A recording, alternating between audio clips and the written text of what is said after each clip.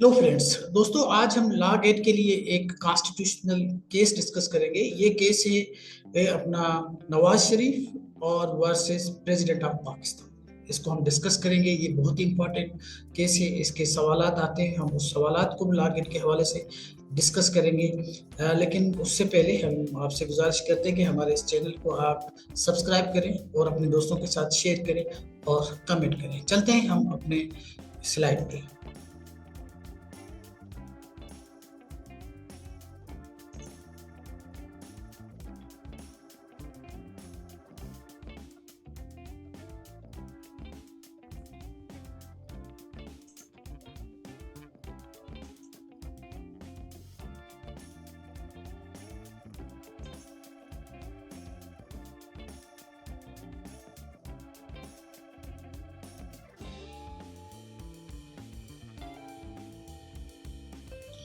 जी, अब हम अपनी स्लाइड पे आ गए हैं। इसको थोड़ा सा डिस्कस करते हैं। इसका बैकग्राउंड्स और फैक्ट्स थोड़ा सा इसको आप देखिएगा, क्योंकि जब तक आप फैक्ट्स और बैकग्राउंड्स को नहीं समझेंगे तो ये दो तीन लाइनों का जो है वो केस है, लेकिन इसके फैक्ट समझना बहुत ज़रूरी है। अब ये नवाज शरीफ प्रेसिडेंट ऑफ पाकिस्तान, उस वक्त के प्रेसिडेंट थे गुलाम इसाक खान। ये सवाल आ सकता है। ये PLT 1993 है और ये पेज है 473, SC 473 जो सुप्रीम कोर्ट का पेज है, उस पे ये केस जो है वो मौजूद है। अच्छा, इसके बैकग्राउंड पे हम चलते हैं आगे। देखिए, सबसे पहले आपको ये पता होना चाहिए कि ये नवाज शरीफ जब वजीर आजम फर्स्ट टाइम हुए थे तो इलेक्शन हुई थी ये 1990 में। जब 1990 में इलेक्शन हुए थे उस वक्त एक तंजीम बनी थी IGI, और उन्होंने पीपल्स पार्टी की पहले हुकूमत हुआ करती थी तो उसको गिराया था और उसके बाद IGI बनी थी। तो नवाज शरीफ पे बहुत सारे एलिगेशंस ये थे कि ये इलेक्शन बड़ी रिग हुई है। और उसके नतीजे में आप लोग अगर मेहरान बैंक केस पढ़ेंगे तो आपको पता चलेगा कि IGI कैसे बनाई गई। तो पीपल्स पार्टी बड़ी इससे खफा थी कि इन्होंने हमारा मैंडेट चोरी किया, हमारी हुकूमत जो है वो भी जो है घर भेजी है, और ये अभी आए हैं, इनके पास ये मैंडेट भी नहीं। बहरहाल उन्होंने इलेक्शन जो है वो जो है रिगिंग करके जीत चुके थे। अब होता ये है कि ये प्रेसिडेंट साहब और नवाज शरीफ साहब की आपस में पावर जो स्ट्रगल है उस पर लगे हुए थे। दोनों की आपस में एक अंडरस्टैंडिंग नहीं थी। ये जो वन पेज वगैरह नहीं हुआ करते थे। पहले प्रेसिडेंट था क्योंकि उसके पास 58 हुआ करती थी, जो एक ऐसी धोधारी तलवार थी कि वो किसी वक्त भी किसी भी हुकूमत को घर भेज सकती। तो उन्होंने तो इलेक्शन जीत कर आए थे रिगिंग करके किस तरह भी। तो नवाज शरीफ वजीर आजम हो गए थे, क्योंकि जब पहले बेनजीर भुट्टो वजीर आजम हुई थी तो उसको प्रोटोकॉल देने आते नहीं थे जब वो पंजाब का विजिट करती थी। तो वो भी बड़े थे कि मैं वजीर आजम बनूंगा एक दिन, और उनके पास भी बड़ी एक ख्वाहिशें थी कि मैं जब वजीर आजम बनूंगा तो मैं बड़ा पावरफुल रहूंगा। तो होता क्या है कि ये अपना गुलाम इसाक खान साहब के साथ जब उनकी मीटिंग होती रहती है, तो पहली मीटिंग होती है उनकी कोई 14 मार्च को PM साहब से मिलते हैं। तो आप देखें हमारी जो हुकूमतें हैं वो किस तरह चलती थी, ये 90s वाली डेमोक्रेटिक हुकूमत। आइए, उसको प्रेसिडेंट साहब डिक्टेट करते हैं। जो इसाक साहब थे वो कहते हैं कि आपकी गवर्नमेंट में बहुत ज़्यादा जो है वो करप्शन है, और आप अपने मिनिस्टर्स को कुछ को रिमूव कर दें और अपनी गवर्नेंस पे तवज्जो दें। अब ये वजीर आजम को एक सदर साहब कहते हैं। जो जो सदर एक मतलब है कि स्पीकर से बनकर उस सदर तक पहुंचाए। पहले वो एक ब्यूरोक्रेट हुआ करते थे। बहरहाल अब वो उसको उसने ये धमकी लगा दी कि भाई आप इनको जो है वो अपनी हुकूमत पे तवज्जो दें। तो 17 अप्रैल को नवाज शरीफ जो होते हैं वो कौम को खिताब करते हैं। उसको पता चल गया कि यार ये तो कोई साजिश हो रही है, कोई खिचड़ी पक रही है। उसने बताया कि सदर भी इसमें मुलविस हो सकते हैं, लेकिन मेरी हुकूमत के खिलाफ बहुत बड़ी साजिश हो रही है, और मैं रिजाइन नहीं करूंगा, इस्तीफा बिल्कुल नहीं दूंगा, और असेंबली भी डिसॉल्व नहीं करूंगा। उसने ये 17 अगस्त को जो है अपना एक रिजोल्व दिखा दिया। इससे पहले बेनजीर भुट्टो जो है वो भी प्रेसिडेंट साहब से मिल चुकी थी और अपनी रेजिग्नेशन दे चुकी थी कि मेरे पास ये रेजिग्नेशन मौजूद है, हम लोग खुश नहीं हैं। इस हुकूमत से। मैंने आपसे क्या कहा था कि पीपल्स पार्टी खुश नहीं थी इस हुकूमत से।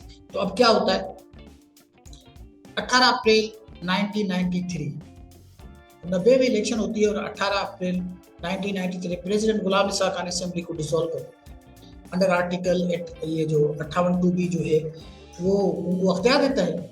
उसने असेंबली को डिसॉल्व कर दिया और उसने कहा कि वही बहुत बड़ी करप्शन है, मेल प्रैक्टिस है और मास रेजिग्नेशन आ गई, अब किस चीज़ की हुकूमत, सब घर जाए। और उसने अपने केयर टेकर हुकूमत भी जो है वो मुंतखब कर दी। तो बलकशर मजारी साहब थे उस वक्त के वजीर आजम, वो भी आ गए थे, ठीक है ना। तो केयर टेकर आ गई थी, हुकूमत आ गई थी। अब क्या होता है कि नवाज शरीफ इस डिसोल्यूशन को चैलेंज करके सुप्रीम कोर्ट में पहुंच जाते हैं। उसने 184 की जो है ना वो पिटीशन डाल दी, अमेंडमेंट्स पिटीशन जो है ना उसने डाल दी सुप्रीम कोर्ट में। और सुप्रीम कोर्ट के लिए बहुत बड़ा प्रॉब्लम हो गया। उन्होंने अपनी एक 11 बेंचेस की एक जो है बेंच वो कॉन्स्टिट्यूट कर दी कि इस केस को सुने। अब होता ये है कि उस बेंच में जो लोग हुआ थे वो, अब लोग देख के पता चल जाता है कि ये जो जस्टिस थे वो किसके फेवर के जस्टिस थे। अब उसमें नसीम हसन शाह साहब थे, वो तो आपको पता ही है, वो जस्टिस जिसने भुट्टो साहब को एग्जीक्यूट करने के बाद एडमिट किया था कि जी हमारे पर जो है प्रेशर था। जस्टिस गुजार था, जस्टिस मंदोखेल थे, जस्टिस नासिर असलम जायद था, जस्टिस सज्जाद अली शाह साहब थे, जस्टिस पीरजादा थे, जस्टिस अब्दुल रशीद थे, जस्टिस शब्बीर हुसैन शाह थे, ठीक है। तो ये 11 की जो है जस्टिस माजिद शाह और जस्टिस अमर फारूक साहब, ये बेंच हो गई। अब बेंच को फैसले के लिए अब फिर प्रॉब्लम हो गई। बहुत बड़ी प्रॉब्लम तो ये हुई क्योंकि ये कोई फंडामेंटल राइट्स की एज सच वायोलेशन नहीं हुई, क्योंकि ना इमरजेंसी हुई ना कुछ हुआ, क्योंकि ये तो कॉन्स्टिट्यूशनल एक पावर है सदर के पास, वो कॉन्स्टिट्यूशन में दी हुई 58(2) उसी वक्त ये फिर ख़त्म हो गई थी, लेकिन उसी वक्त उसके पास ये थी कि वो पूरी असेंबली को घर भेज दी। अब जब ये सुप्रीम कोर्ट में केस लेकर आ गए तो मेंटेनेबल है या नहीं मेंटेनेबल, उसने तो अपना पावर इस्तेमाल किया है जो 58(2) है। तो दूसरा इसमें ये भी इशू था कि ह्यूमन राइट्स की कोई वायलेशन हुई है या नहीं हुई है। ये दो केस थे, मतलब इशू थे। तो ये अपना जो नवाज शरीफ साहब थे ये पहुंच गए। अब होता ये है कि बेंच फैसला करती है नवाज शरीफ के हक में। वो कहती है कि बिल्कुल ये मेंटेनेबल है, ये आर्टिकल 7 है कि भाई 17 में इनको जो हुकूमत है उनको टेन्योर जो है वो पूरा करने का हक है, और ये अवाम के लिए ये पूरा नहीं हुआ, ये अवाम की इम्पोर्टेंस का जिसको कहते हैं कि पब्लिक इम्पोर्टेंस का इशू है, बिल्कुल मेंटेनेबल है। और उसने ये भी कहा कि president can dissolve the assembly if there were a breakdown of the system. तो उसने कहा कि प्रेसिडेंट उसी सूरत में असेंबली को डिसॉल्व कर सकते हैं जब आपके पास एक ब्रेकडाउन हो। इस तरह की तो सूरत हाल थी नहीं, तो प्रेसिडेंट किस तरह असेंबली को डिसॉल्व कर सकता है।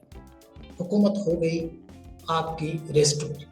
आगे क्या होता है, आगे ये होता है कि अब बेंच ने तो डिसाइड कर दिया कि ये हुकूमत जो है वो रेस्टोर होती है।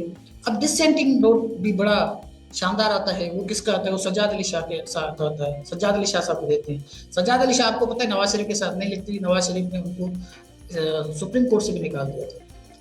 उसने इत्तेफाक नहीं किया इस इंटरप्रिटेशन के साथ कि भाई ये जो है ह्यूमन राइट्स की कोई वायलेशन हुई। उसने कहा ये भी नहीं हुई, बिल्कुल गलत है ये, उनके साथ इत्तेफाक नहीं किया।